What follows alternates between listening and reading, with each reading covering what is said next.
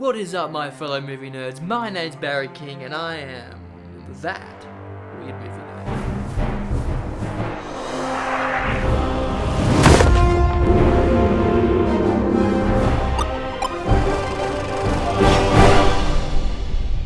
The Suicide Squad. Woohoo! What like a fun, energetic, weird time. James Gunn is behind the wheel and he brings this energy, this love that the first movie should have had but didn't, and I loved it. I loved it to bits. I love how we just jump right into this movie. We had the first movie to say, hey, this is why you're doing this is why you're the Suicide Squad, this is Amanda Waller and all that. This movie's just like, yeah, for the audience members who haven't seen the first movie, here's just a quick little brief summary of what the Suicide Squad is, and then boom, we're straight into the movie, and it's gorgeous. And right off the bat, the movie says to us, hey, you know these characters you're getting introduced to? Don't care about them. Don't sympathize for them. Don't latch onto them, because we can get rid of them just like that. And they do. At the start of the movie, you get rid of like 3 or 4 different characters and you're like, oh, okay, so it's this type of movie. And this movie just right off the bat, again, introduces us to this anarchy that is in James Gunn's head of people exploding, faces getting shot off, blood splatting everywhere, a shark that eats people. Like, it's all there. It's the blood and gore that we should have gotten in the first Suicide Squad, and the blood and gore we expect out of these DC movies as well. It's all blood and guts. We want to have something different from Marvel where it's all bubbling and joyful. We want to have this blood and guts, this darkness to it, and that's where DC shines, and this is where this movie shines as well. And this movie also has that James Gunn touch to it. We're like in Guardians of the Galaxy, how he introduced music through the scenes, not just playing on top of the scenes, below the scenes. It's actually in the scenes, and he does that here. I'm pretty sure I remember a few times of doing that, but the most noticeable thing he's doing is adding these title cards, these SpongeBob title cards. It's like before, or 10 minutes before, or one day after, and all that stuff. He's adding those into the scenes, and he's also adding these chapter markers. I feel like they're kind of like stages, and he's like, hey, this is this chapter, and then we're moving on to this chapter, and it's all in the scenes. It's all built into the scenes. There's nothing on the bottom of the screen or in the middle of the screen it says 1 day later. No, it's all in the scene, and it just adds to this energy and this quirkiness, this strangeness that this movie gives off, and I'm all for it. Costumes in this were amazing, especially Bloodsport. Bloodsport's costume was dope, how he had like all the attachments to it, but also just looked dope, and how he ripped his helmet off. It was like a Star-Lord kind of thing, how it like dematerialized in his hand and he put it in his pocket for later. Like it wasn't a full-on toilet seat on his head. And the costumes were just overall awesome. They gave homage to the old characters, and they also built onto the costumes and just grounded this movie into this reality that is really absurd and really strange, but it still grounded it into this reality. Now this movie started off really boldly, like really amazing. I was like, holy crap, this is getting 5 stars out of 5 stars in my books, or 4.5 at the very least, because the jokes were just amazing. They were funny around every corner. Every corner there was a joke. Every joke landed. Every joke was funny. And then all these explosions and this brutality and this gore. It was amazing. And then these character interactions as well at the start were great. Like they were in the helicopter, and we didn't just have one shot of them in the helicopter. We had like 5 minutes in there where they all interacted. They all introduced themselves to each other, and it was great. It gave a moment just to breathe before the action, before we went into this movie, and just say, hey, these are the characters. That's a weasel. That's not a werewolf. You're a funny character.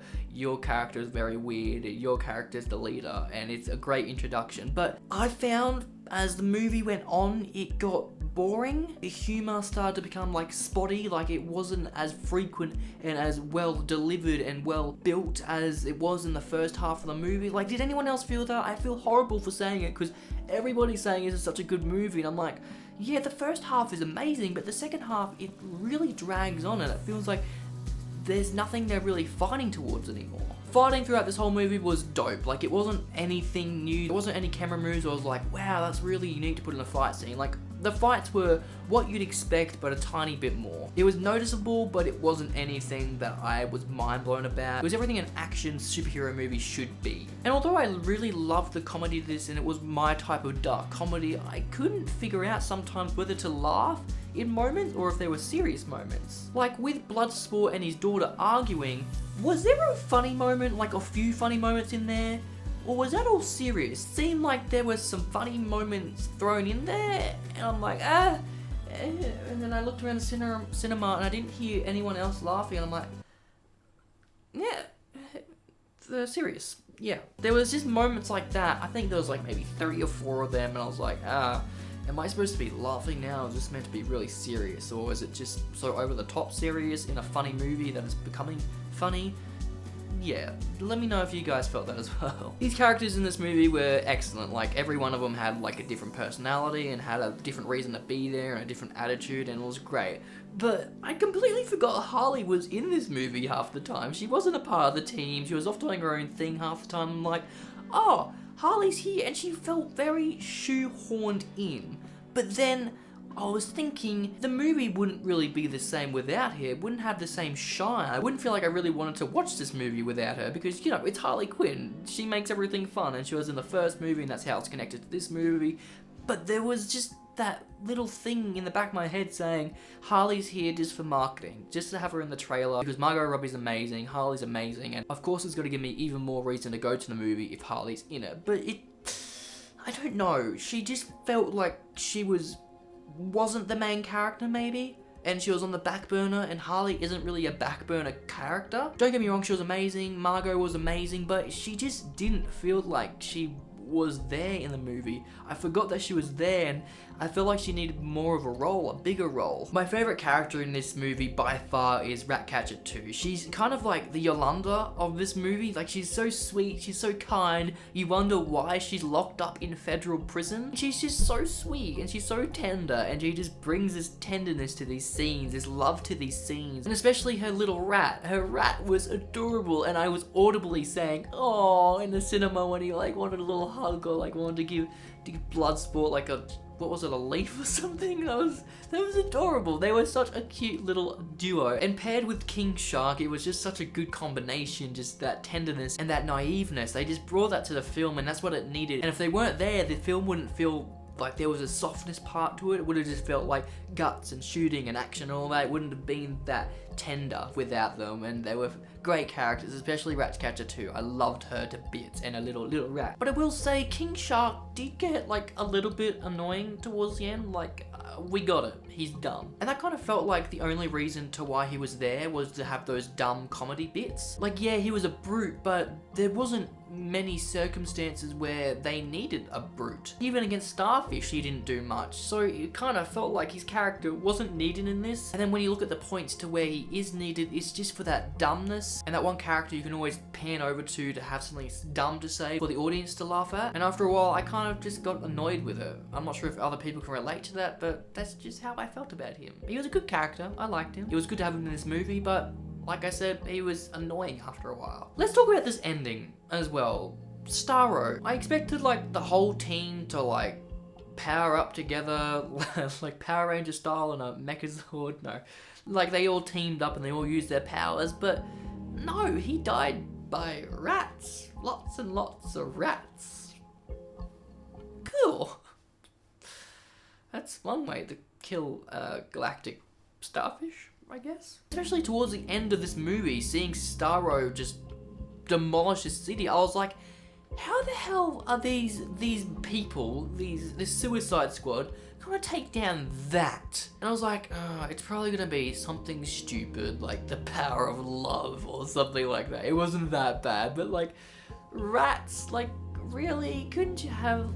I don't even know where they could have gone with that, but it felt like it wasn't earned. It felt like the writers are like, alright, we got these characters, which one of them could probably take him down? And they're like, Ratcatcher, she can have millions and billions of rats eat him, and then that's over. Like, it didn't feel very earned. It didn't feel like the whole team was working together to kill this greater threat. I will say though that I love how this ending bit brought that part of Bloodsport out, of that leadership part. At the start, he hated all these people. He's like, oh, we're gonna die. Oh, you're stupid. Oh, you're stupid. But then along the way, he learnt their weaknesses. He learnt their drive, and he used that at the end of the movie to lead these people. It was kind of like Captain America in the Avengers, I think. I can't believe I'm quoting Marvel for a DC movie. I hate myself for this, but how he talked to Hulk and he's like, Hulk, smash, and Hulk was like, smash. That's pretty much what Bloodshot did for all these characters. He's like, Nanamu, whatever the King Shark's name is, eat, and then he's like, eat, and then, you know, Polka Dot Man shot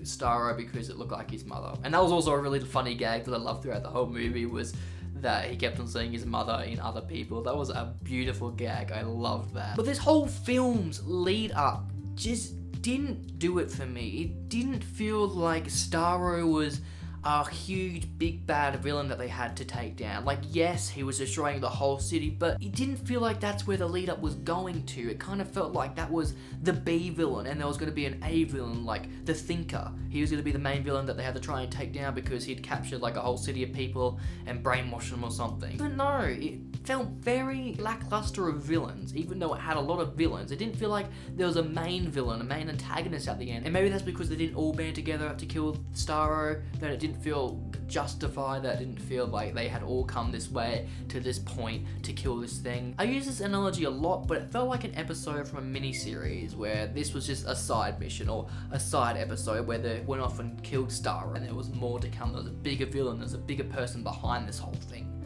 But no, and that just didn't do it for me, sadly. I'm really upset because I felt like a lot of these characters were wasted in this. Like Flag, why did he need to die? I felt like he had so much more story to tell and he was such a likable character, and there was this thing between him and Harley that I really liked and I really wanted to see develop, but no, they just killed him off. Like, they just threw him away, like they didn't care about him, and I loved Rick Flag. And like, Captain Boomerang just died within the first few minutes of the movie. Don't we get like a glorious death for him? Like at the end of the movie, he sacrifices himself or something. I totally get that James Gunn was probably like, this is this character from the old movie that we're bringing over just to say goodbye to him because he was a good character, but I don't really want him in this film, so here he is, say goodbye. And then the Thinker, although I know nothing about him outside this movie, I felt like he was wasted in this movie. He was thrown in there and he wasn't really the A villain or even the B villain, he was the C villain.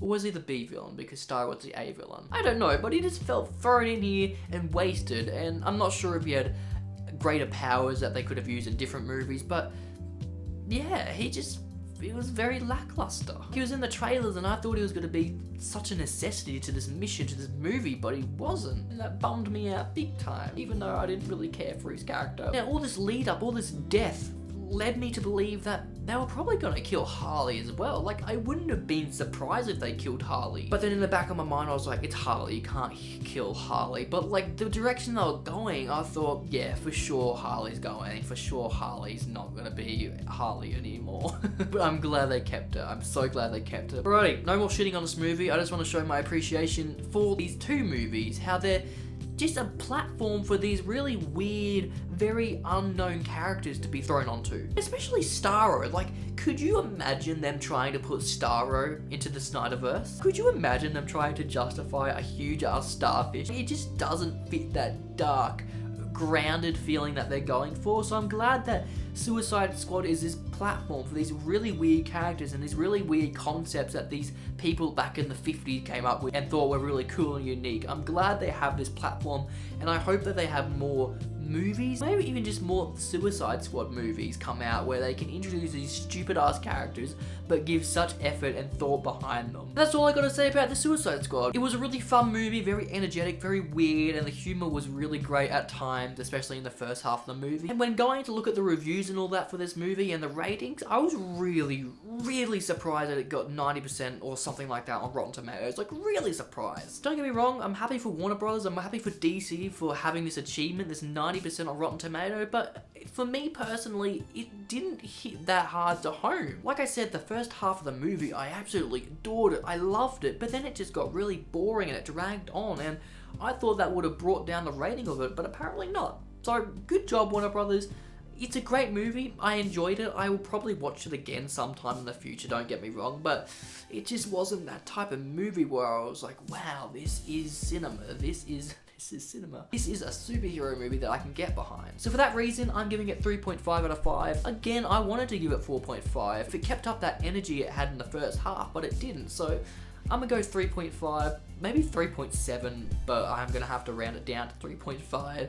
It was a good movie, fun, energetic like I said, but it just wasn't 100% there towards the end, at least for me. So if I said anything wrong, if I said anything right in this video, comment it down below, tell me your thoughts, tell me why this movie works so well. Break it down for me. Just write a whole essay down there and I'll read it and I'll tell you my thoughts. Because it was hard to find reasons to like this movie beyond the first half of the movie with that energy. Also, if you have any movies that you think I like or any movies like this that you want me to review or something, then comment it down below and I should get to it in the near distant future. Hopefully, if I get through all the other movies. But thank you for watching this video and I'll see you in the next review.